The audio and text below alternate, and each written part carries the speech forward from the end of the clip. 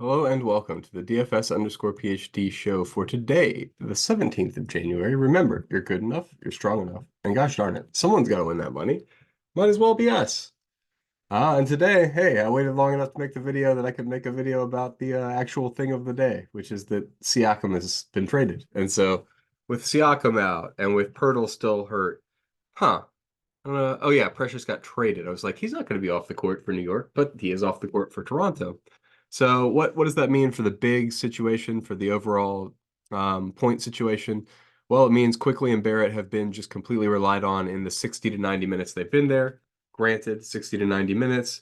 I think you can get Boucher in there. I think you can get Porter. I mean, was Boucher traded? I didn't actually pay attention to the details of the trade. So I'm just learning about it as we go, guide person to person. So let me hide the lineups. Let me get up Toronto. Yeah, he's not there, huh? Boucher. Okay, so Boucher is there. How many people are in this rotation? One, two, three, four, five, six, seven, eight, nine. Maybe Grady Dick, maybe Garrett Temple. I don't know. I think Boucher has the potential to see more minutes. Possibly, I guess if it turns into a blowout. What's his price point? 4K? I don't know. You can take some shots on Boucher if you're feeling like it. However, you can't miss Scotty Barnes, RJ Barrett, and Emmanuel Quickley. These are some of the best plays on the slate. Price adjusted, still Barrett and Quickley are too cheap. Has not adjusted to their roles on this team. Um, Besides that, looks like I'm getting a smattering of Jonte Porter, who I assume is still also cheap. Gets a lot of points per minute, and he should get more minutes with Siakam gone. I mean, I saw that they went away from him after starting him, and that could happen again, but whatever. All right, so let's get back to obviously the big picture of the slate. You're going to play those two guys. Besides that, let's see. I had a couple of other settings things. $200 on the table. Knicks foul trouble, I think, is an important one today. Hartenstein and Precious. If you've been playing that fork, you've been enjoying yourself quite a bit, just like myself. And I've got max 2 out of 3 Minnesota bigs, which I clicked, but I don't think I did do the thing. Yeah. Karl Anthony Towns. I put him up here, and then I put Gobert at 40, and I put Nas at like 30. Yeah, so I always put those guys in for like a 15% chance any one of them goes off. I think they're just like shooting guard equivalents at the power forward position. And yeah, they should probably blow out Detroit today. I wouldn't necessarily stack dudes from that game or whatever, but again, I'm just not confident in Minnesota's ability to fully blow this team out. I think it could stay close enough that both teams get a lot of fantasy points. Okay, so now let's have a look. I've told you all the rules. Where does that leave us? The other guy I buffed significantly, and let me double check that he's still getting these minutes. But Houston game log, Rockets. No, he's popcorn machine. That's what I'm going to.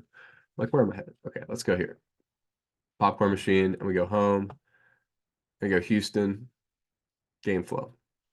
Jabari Smith Jr. played 31 minutes. Didn't close. Didn't close. What happened here? What did happen here? They gave up and then came back with the give up squad. I don't, that's wild. But yeah, so if it was competitive, then you would expect that Jabari would play what? 31 plus 8, 39 minutes is what he was on pace for. Now, granted, I don't think, that's super likely that Houston, New York stays competitive, but what do you think?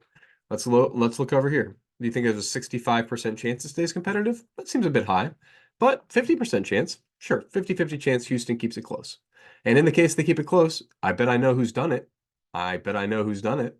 I bet it's Jabari Smith Jr., amongst other people, but I mean, like, obviously, Fred VanVleet, one of the other people who I would expect. Let's see who else from Houston is doing it. Yep, all of these guys are in our player pool. Guys, we're gonna have a bunch of today. Some Şengün, some Jalen Green, some Cam Whitmore. Is he in the rotation? Well, I played 23 minutes last game. And he's a good hedge because he plays in both regular and garbage time. So your Cam Whitmore, like, he could go off in regular time, he could go off in garbage time. 15% seems like a reasonable cap. I might go down to 10. Let me look. Yeah, now that I'm doing 40 lineups, I don't need a whole 15% to feel happy. I will do 8% of Cam Whitmore. Yeah, that's about my level of confidence in that ridiculous play. Get a little Dylan Brooks sprinkle, get a little Fred VanVleet sprinkle. These are all options on Houston. I don't know why I dug in. Any Detroit guys would get to just Ivy, Stewart, and almost nothing. It's unlikely that they keep it close. I agree. Orlando, people have asked me about this. Jonathan Isaac, Batazde. It looks like the front court more than the back court, even with. Oh yeah, let's look up Franz out. Somebody mentioned this in the chat, and I haven't had a chance to do it yet. So, as a reminder, what you do when you find out somebody new is out is you go to Court IQ and you go to Orlando Magic. And you go to front. What happens when Franz Wagner is off the court? Because I don't like the way that I don't think the adjustments are using current year metrics necessarily when SaberSim does this. Okay, hold on. So Franz, yeah. It's tough when you got a twin. Okay. You're like, I found Mo like 10 times. Where's Franz?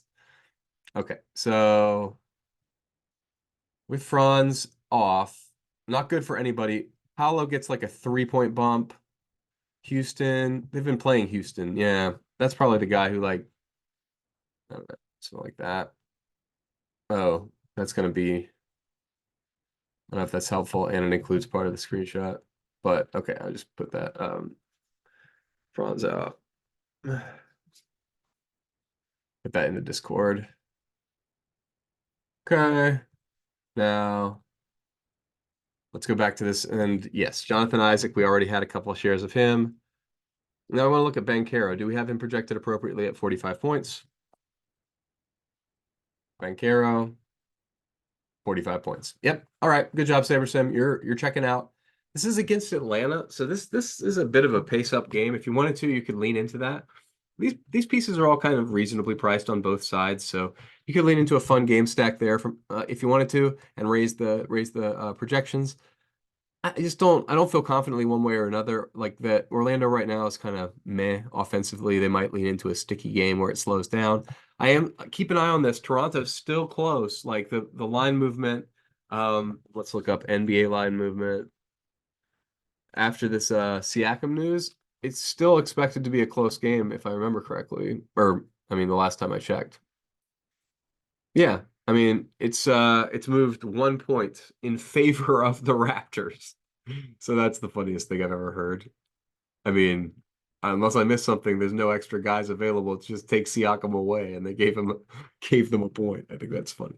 But anyway, so now it's down to 2 points. So if you want to, you can squeeze this a little bit. You can keep those Toronto guys. Obviously, I got a zillion Toronto guys, so I don't need any additional boost there. Boston, San Antonio would absolutely surprise me if any of these dudes. Oh my gosh, how much of this do we have? 30% Drew Holiday. Wrong. I'm gonna unclick that. I don't know what that is. I saw that earlier too. Like you can't play a guy who's a starter in this game. I just don't. What's his price? Like $4,000, $6,000, and he's questionable. I don't understand that at all. 20% Drew Holiday. I have to unclick it. My heart isn't in it, and I think it's going to be a blowout. And in a blowout, he's going to be one of the first guys not to get minutes. So I don't want any. I was just going to use as an example of like surely SaberSim can pick up on the correlation of this blowout. I don't know, man. I mean, and I saw the other day too. Yes, I'm aware Boston did smash with no ownership, but now they got ownership as a result of, I guess, that. I can't figure out what it's coming from, but overall, I don't want any of it. I don't want like, I mean, the reason I don't necessarily want to do that is what is Pritchard's price?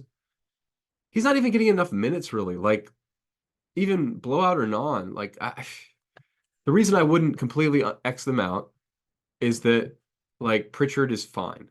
So I don't know. You can either way, if you want to leave Pritchard in, you can leave him in. I think I probably will for now.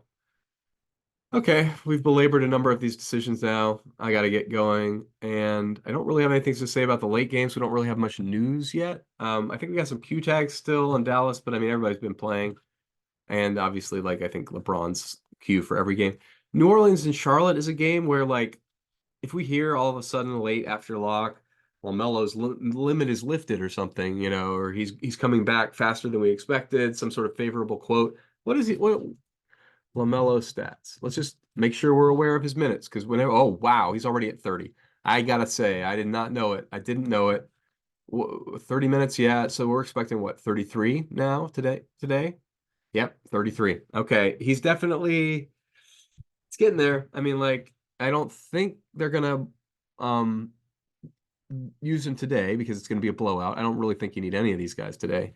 I did, the Nick Richards is another guy who I think I boosted just because if they keep it close, reasonable chances because Nick Richards dominated in the post. But again, 15%, I don't need to be that aggressive with a play that I recognize is a sprinkle. It's a sprinkle because it's a feel, and it's a feel because yeah, I've seen Valanciunas play. I've seen Larry Nance play. These guys could get dominated by Nick Richards. It's not outside the range of outcomes or the realm of possibility. Similarly, like what do we got, everybody? Yeah, this is because of the blowout, right? Everybody is expected to play and stuff. And I get that. And I think that makes sense.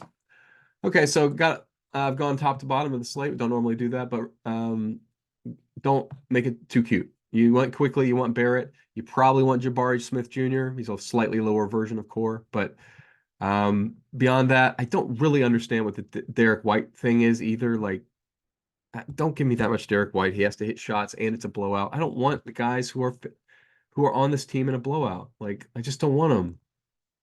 I think Boston's going to get blown out today. I don't want any of it.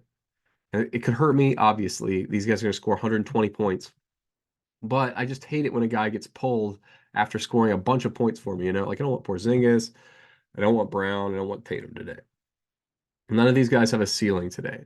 The only guy who has a ceiling is, like Peyton Pritchard or Sam Hauser, some guy to come off the bench and completely smash in garbage time. Those are the guys who have ceiling to me today on the slate. So I'm going to leave myself. And even with Pritchard, you got to cap it at 15% because he's still a shooter. It's not going to change anything. But all right, remember, you're good enough, you're strong enough. And gosh darn it, someone's got to win that money. And hey, I saw a pretty cool 8888 today. I don't have a ticket myself, but good luck to those who are in it. And might as well be us.